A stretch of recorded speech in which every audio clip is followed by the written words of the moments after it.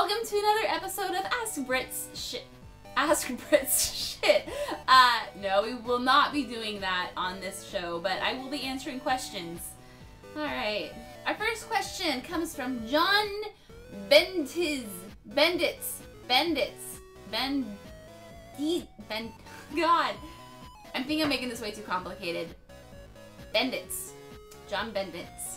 It's the apocalypse. You get to choose one of three things to bring with you on your search to safety. Chicken wings, your favorite Zelda shirt, or a life-size stand-up poster of Alistair. Which do you choose? One of three things to bring with you on your search to safety. I need Jack for this one. So, pros and cons of chicken wings. Pros, they're fucking delicious. Cons, there aren't no fucking cons, they're chicken wings. Favorite Zelda shirt. That would keep me sort of warm. That could be important. Or life-size stand-up poster of Alistair. The Alistair poster could provide cardboard sex, I guess.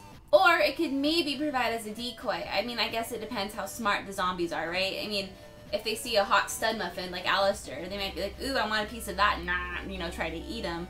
So that could provide me with a safety net or a decoy. I guess I also would need to know how many chicken wings do I get. I mean, it takes a buttload of chicken wings to like fill you up, right?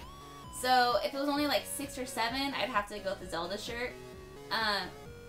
No, that's not true. Chicken wings.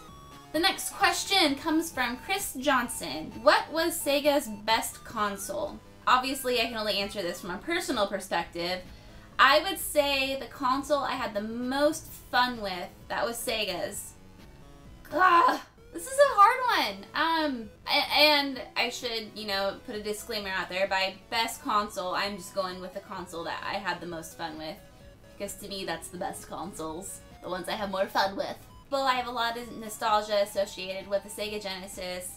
I grew up playing, you know, like Sonic, Knuckles, Family Feud, Crystal's Ponytail. But seriously, I just have really fond memories when I think of coming home from school, you know, firing up a Sonic game or what have you, and just chilling out. You know, it was like my side piece to the Super Nintendo. But I think the console I probably had the most fun with was the Dreamcast. Skies of Arcadia is one of my favorite games. You know, there's that fishing game, I think it was called Sega Marine Fishing or something along those lines, and it had the little like fishing preferal thing. Anyway, my parents and I would stay up like till 2 or 3 in the morning catching all of the fish and putting everything into our aquarium and just like modifying and customizing it.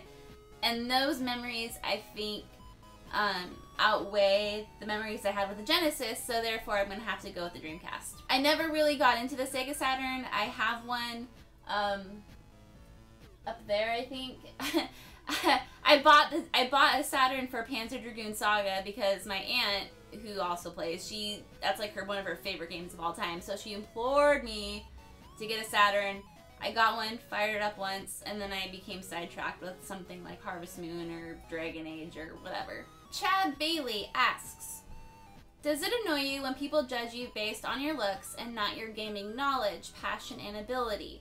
The gamer girl stigma. Oh dear. This is a doozy of a question, and I could probably make, you know, a 10-minute video about this topic alone. I don't want to say it annoys me. If anything, I want to say it disappoints me. I think we're in an industry where no matter what you look like, you know, if you're a gamer first and foremost. And no matter if you're black, white, gay, straight, lesbian, transgender, you know, you have blonde hair, red hair, black hair, you have freckles, you don't have freckles, you weigh 500 pounds, you weigh 100 pounds. It doesn't matter. You're a gamer. And if that's what you are, you should be accepted as such. I mean, people are going to say what they want to say. When it becomes an issue is when, you know, I get forwarded emails from people saying you should act this way, you shouldn't act this way, you're just looking for attention, blah blah blah, and it's disappointing to me that they can't look past the outside. And again, this doesn't just go for me, this just goes for everybody in the industry. And before I like start preaching my shit and waving a flag, I'll cut this question short and I'll just probably end up dedicating an entire video to it. The funded question for this video, there's that accent, comes from Nathan Heinkel. Heinkel, H-I-E-N-K-L-E.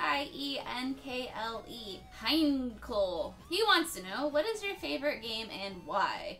LOL.